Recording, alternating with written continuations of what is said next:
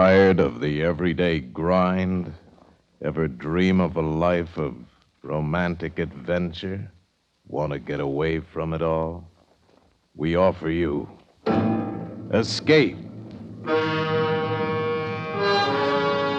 Escape, designed to free you from the four walls of today for a half hour of high adventure.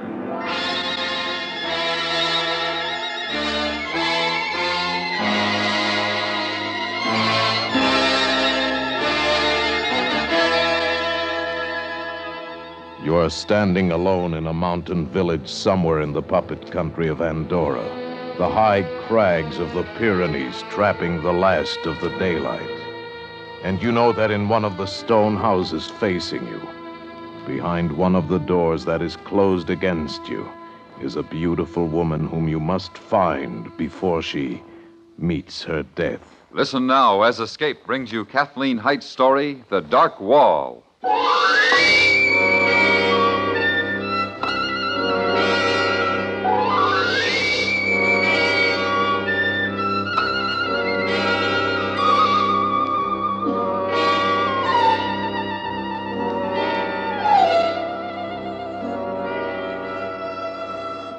The black quiet of the night settled over us. I could hear only the silky ripple of the river Segre nearby, and a thin whisper of wind in the high pines above us. The strained silence of the day was over. Joyce was sleeping quietly now, a few feet away. I sank into my sleeping bag and prayed that things would go better tomorrow.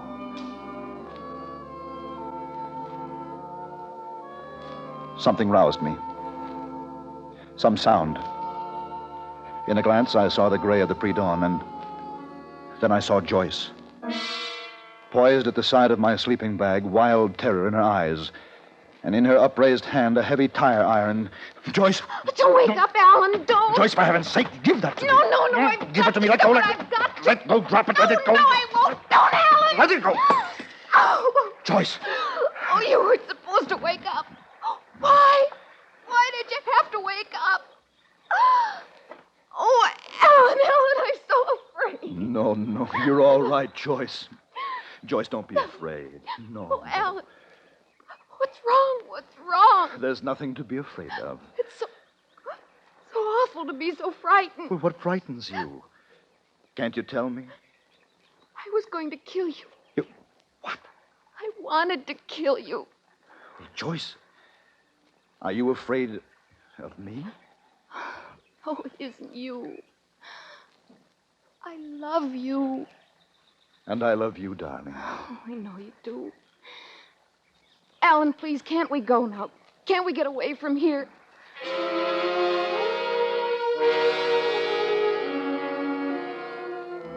I knew now that Joyce needed care, quickly. Her sickness, whatever it was, had been a growing thing. As we drove through the narrow, winding roads of the Pyrenees toward the tiny state of Andorra, I tried to forget what had happened. Tried to ignore the mounting wall of silence between us. Something in that silence told me that Joyce's fears were greater than mine. Why are you stopping here? The road forks up there just ahead. I want to look at the maps. I'm not sure which way we're supposed to turn. Aren't there any towns? Well, Are we ever going to see people and buildings again? you can't be too far from Andorra la Vieja, but I doubt if this road we're on is even on the map. Then let's go back, Alan. Let's see now. If we don't know what's ahead, let's go back to Lerida or Barcelona. Anywhere but here. It was a long way back, Joyce. I don't care.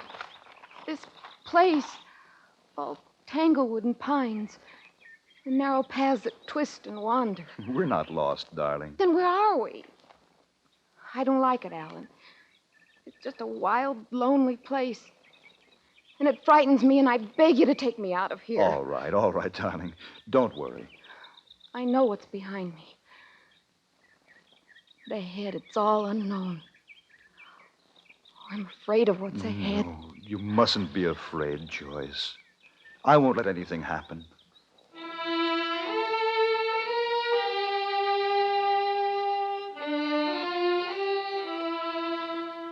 We wound steadily higher and higher through the wooded Pyrenees. We met no one and saw no one.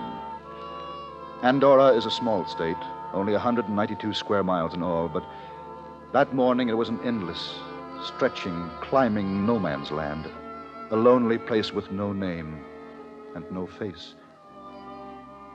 Then finally we came upon it, not a town, really, a village with one great house and a few smaller ones.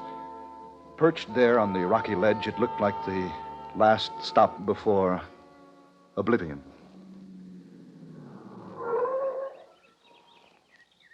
It's so quiet. I wonder where the people are. I wonder if there are people. It's not a town at all. Perhaps we should have turned back when you said to. Look. Huh? Look at the window. Where? What? Why, I know I saw a face in the window. Oh? There's someone here, Alan, someone. No, you don't want to stay here, darling. Even if we find someone, this isn't the place for us now. Look, you see? The door, it's opening. Alan, someone is here. But, Joyce, this isn't the...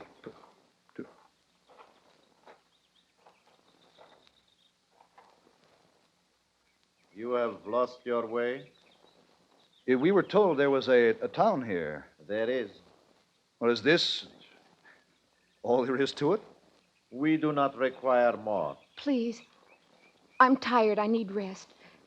Can't we stay here? Is there a hotel? Any place where we can get a room? There is what your eyes tell you there is, and no more. Is there a larger town anywhere near here? You are in Andorra. Nothing is far away. Nothing is easily reached. What's the matter with you people? Must you always talk in riddles? Can't you answer questions? Alan, Can't you... Please. We must stay here somehow. Just a while. I need to stop a while. She is your wife? Yes. There is no hotel.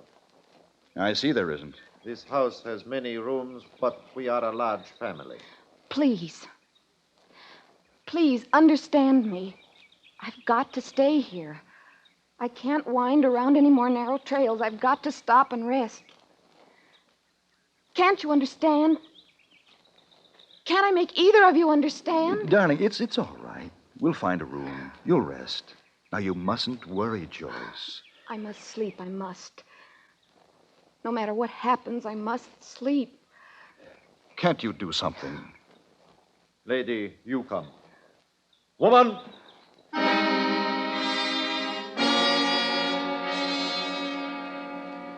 Almost as soon as he called, a squat little woman appeared in the doorway. They exchanged only a look, and then she came and led Joyce into the house. At first, I thought the man meant for me to stay outside. He moved as if to stop me from following. And then he stepped back, and I walked into the house. Joyce was stretched out on the bed when I got there. The bed was the only piece of furniture in the room. It's nice, isn't it, Alan? Well, it's a room, a bed. I wish it were more. Oh, I'm so tired. Yes, darling. Now, you go to sleep. When you wake up, as soon as you feel like it, I'll take you to Andorra la Vieja. Yes, Alan. When I wake up. Sleep well, darling.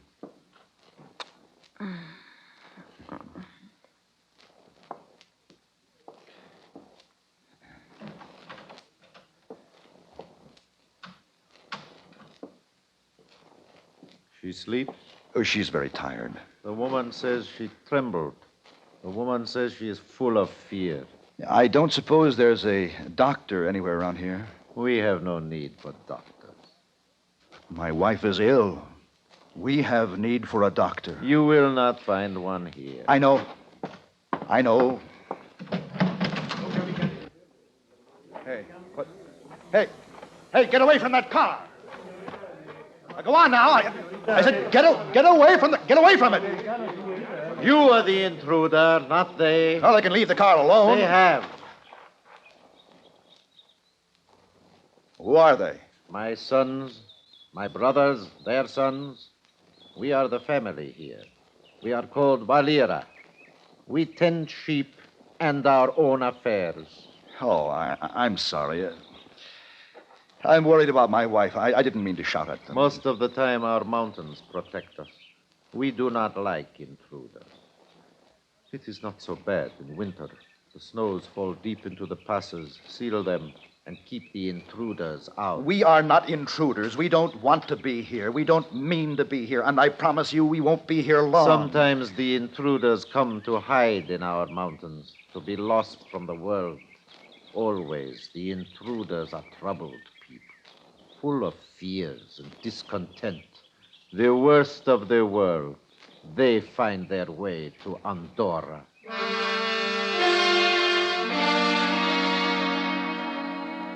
I walked away from him, along the crude cobble of the village path, away from the great house and the smaller ones. And everywhere, the sons, the brothers and their sons of Valera watched me with silent distrust. I walked to the rocky pinnacle that was the edge of the village, and beyond, as far as I could see, the awesome Pyrenees reached higher and higher, like a great wall, closing out the rest of the world. I went back to the house where Joyce slept. The woman is with her. She called out, and the woman went into her. Well, I shouldn't have left her alone. I must... Wait. What? The woman has brought her quiet. That is enough. I wouldn't try to keep me out here if I were... How is she, woman?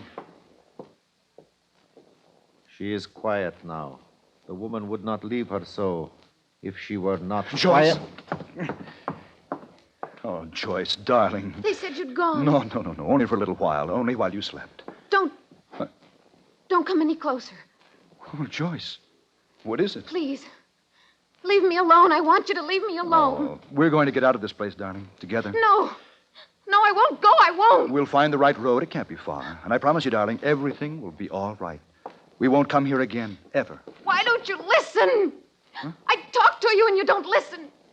I'm not going with you. You can't make me go with you. No. Joyce, wait. Oh, don't let him take me away. Please don't let him take me away. Joyce was clinging to the woman. Valera stepped in front of them as I came back to the front room, and beside him, from every corner of the room, the rest of the Valera men began to form a wall between Joyce and me. A wall of men, silent men, with staring distrust in their eyes. What are you trying to do? Oh, can't you see she's sick? I've got to get her out of here. Don't you know that? I'm taking her with me. And the whole lot of you can't stop me. No, you...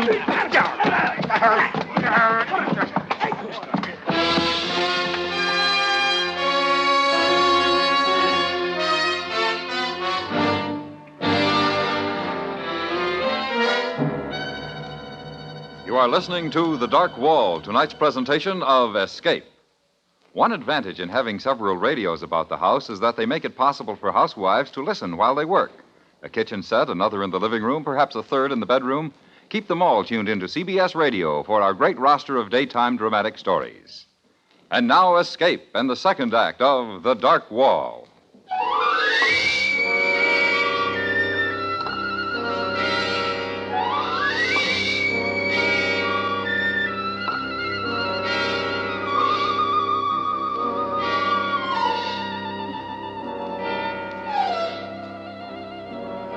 I roused from a sleep that was tortured and full of pain.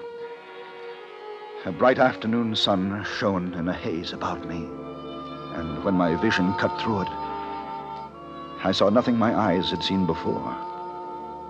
I was in my own car, pulled to one side of a road that was wider than any I'd seen for days. And not far in the distance, I could hear the approach of other cars, but none were yet in my view. I got out, stood in the roadway. For all the stiff pain of me, it felt good to be a part of the world again. But then I remembered Joyce and the wall of Valera men, and I was lost and lonely and sick.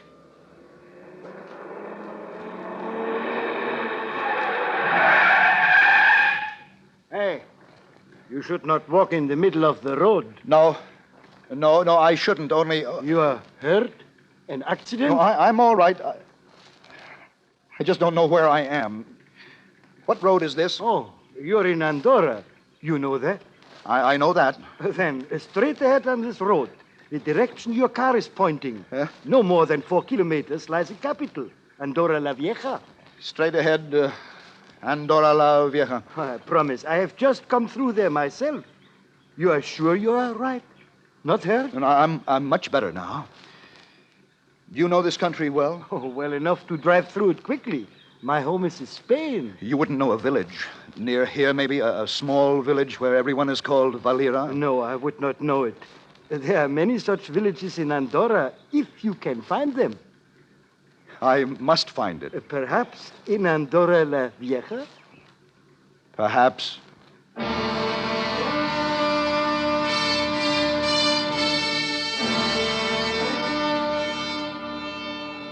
My hopes were high for Andorra la Vieja. There would be answers for all my questions. There would be concern and help and interest. I told myself these things to keep my mind from filling itself with Joyce, to keep the pain quiet. Some corner of my mind held the memory of all that had happened in the house of Valera. I could not be sure I wanted to remember. I do not see why you have come here, to me. I didn't know any place else to go. I need so much help. I thought surely the police could do something. There has been a crime? No, my wife is ill. Very ill. She's with strange people in a strange village. I've got to find help for her and go back there. Then why do you not do this? Why do you bother me? I've told you. Will you try to understand me? I don't know where the village is. I don't think it's far away, but I don't know where it is. It has a name, the village? I don't know that. The people there are called Valera. There is a river called Valera. No, I saw no river. No, not there. It was high, on a rocky crest of a mountain, just a few houses. You must know where it is. You were there? Yes, this morning. Then you must know where it is. No, I don't. I don't have any idea where it is. But you were there this morning. And now you are here. Look, I don't know how I got there. Can I make you understand that? I think none of this is important. Well, it's all important to me. My wife is ill. She needs care. You tell me that. Perhaps then you would tell me why you left her in a strange village you do not know, with strange people you do not know. I didn't leave her. But she is there, and you are here. Oh, you won't even try to help me. Help you? Help you what? Find a town where you have been, and I have never been? All right. All right. I can't talk anymore. There is a hotel across the plaza. You will find other intruders there. Among them, a doctor. I wasn't sure I'd heard him clearly, but there were no questions left in me. I stumbled out into the glaring sunlight again, steadied myself against a pillar, and when I could make out the hotel across the plaza, I walked there, held together, I know, by the thin strand of hope that I would find the doctor and there would be help for Joyce. Here, drink it down. Oh, hey, whiskey? Yes, good whiskey. You need it. Oh. Oh, good. It helps. But you do understand, Doctor, that I have not come about me. You're your wife. I know. I understand that. Oh, I'm glad someone does. You think the priest can help us? You think he'll be able to find the village? Oh, the padre will direct us there if anyone can. Meanwhile, there's time. Now, tell me about your wife as much as you can, as much as you know of her illness. Well, I've called it illness. I suppose it's that. Fear. Unreasonable fear is an illness, isn't it? Oh, indeed it is, yes. Has she known these fears long? I don't know. We've been married less than a month. I knew her only a short time before that. No, it was all pretty sudden. She was alone, I was alone, and then we were together. Yet you were happy together? Oh, yes. Very happy. Very much in love. Until this strangeness came over her. Yes, that's right. May I? Oh, please do help yourself. Yeah. Thank you. How was it you described the difference in her, the difference in your relationship? like a wall, a mounting wall of silence. And in this silent time of hers, she is much different? Not at all like the girl you married? She doesn't even look like herself. Her lovely, gentle face contorts into a wild thing, like she was an animal. Oh, it's ugly, Doctor, and so real. Now, I couldn't imagine that, could I? No, I don't believe you could. She was like that early this morning when she tried to kill you? She kept saying that she had to kill me, that she wanted to kill me. And all the while, she was so frightened. So very frightened. But do you know what frightened her? Do you know any reason why she should want to kill you? Well, I thought she must be afraid of me. She'd have no reason to be, but I thought that must be it. I asked her, and she said, "It isn't you. I love you." Oh, the poor darling. And she said that after she tried to kill you? Almost immediately afterward. It's a complete contradiction, I know, but that's the way it is. As if Joyce were two persons, two directly opposite persons. That may be precisely the case, you know. I don't understand. Two persons. One almost entirely good, gentle, kind. The other almost entirely evil, terrifying, menacing, fiendish at times. Two persons occupying one body. That's schizophrenia. Oh, no. No, not Joyce, Doctor. Oh, I'd have to be sure, of course, but from what you said, but still, I'd have to see her, talk with her, or there are many steps to take. No, the important thing now is to see her as soon as possible. Schizophrenia, that's hopeless, isn't it? I mean, there's no cure, is there? Well, it depends largely, I should say, on how long these two personalities within her have been warring one with another, the good and the evil, and the moral and the immoral. If the cleavage is minor at this point, if the breach between her two selves, as it were, is not yet great, then there is a measure of hope. But she couldn't go on this way indefinitely, being two people. Mustn't one of herselves, as you say, win this war? If it progresses unchecked, well, then, yes, one self will emerge triumphant. Which is a poor war word here, for in such an instance, the evil almost inevitably triumphs over the good. Can we go to her now? Yes, I'm sure the Padre will have our directions.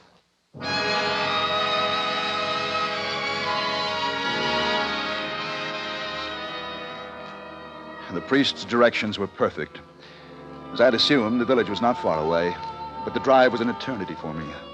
The strain of the last days was beginning to tell. I was wound tight and knotted by all that had happened and torn deep by all the doctor had said.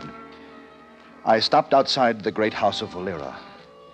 The doctor touched my arm. Perhaps it's best that I see her alone at first.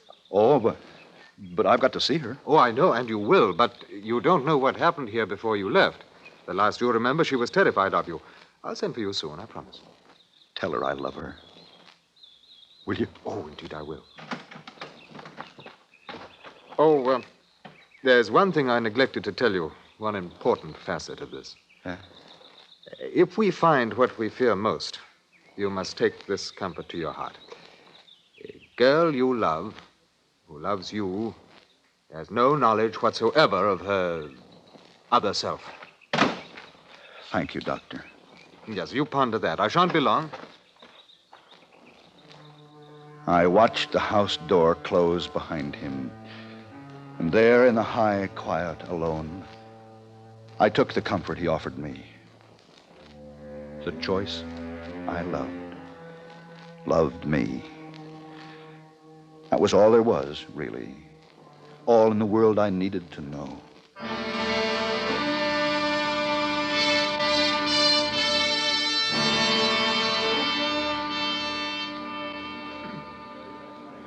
You will not go in there. The woman, the doctor, they have brought her quiet again. I am going in.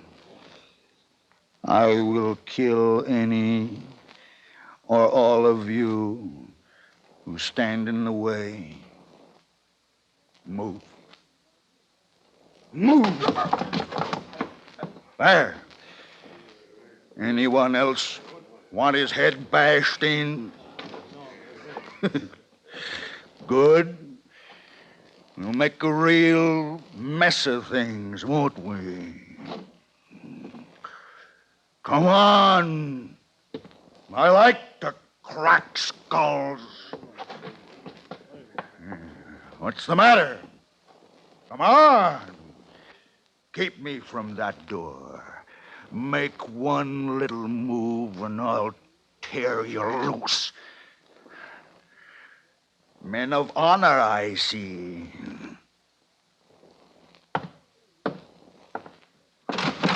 Where is she? Don't let him try to kill me again. Look at her. Look at all of you crawling, shrinking cowards. What are you, gentlemen? You make me sick, all of you. I killed him, you know. He was a gentleman. Dear, gentle Alan. Oh. He won't be with us anymore. Oh, please, somebody do something. Easy now. Somebody will. Come on. No.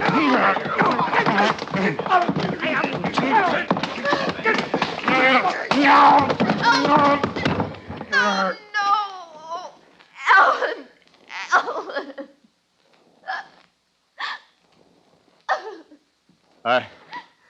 I'll tell you, Joyce, what I told him. And you must take this comfort to your heart. Alan, the man you loved you very much. He didn't know this other self ever existed. There were faces all around me. A wall of faces. Senseless, staring faces. And beyond them, a strange girl wept softly. All strangers staring at me. When I stared back at the wall.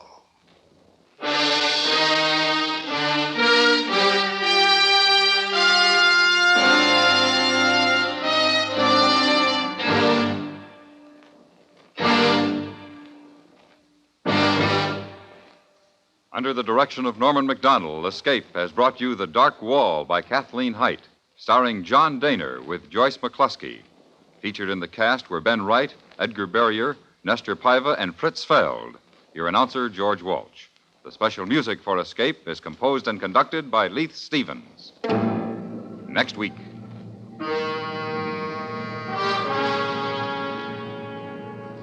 You are in a farmhouse on the southern coast of England. The autumn countryside around you desolate and bleak. And you know that in the dusk outside, waiting patiently for you, silently watching for you, is an enemy from whom there may be no escape. So listen next week when Escape brings you Daphne du Maurier's story, The Birds.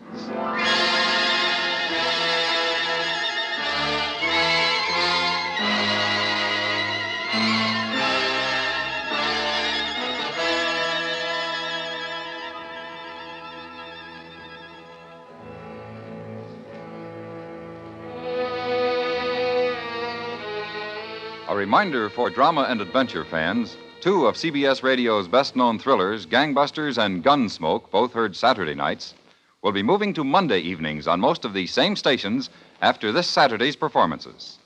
Follow the latest crime clues and true crime-smashing drama on Gangbusters this Saturday night, and don't miss U.S. Marshal Matt Dillon's latest Western adventure on Gunsmoke the same evening. Then, after this Saturday, remember to listen for them both on their new night starting next Monday, July 5th.